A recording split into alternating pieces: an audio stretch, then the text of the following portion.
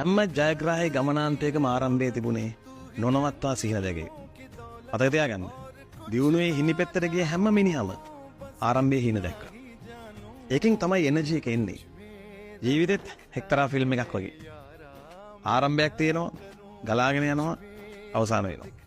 ඒ අවසානයේදී හොඳ ෆිල්ම් එකකට ඔඩියන්ස් එකෙන් සද්දෙට අත්පුඩියක් වදින්න ඕන.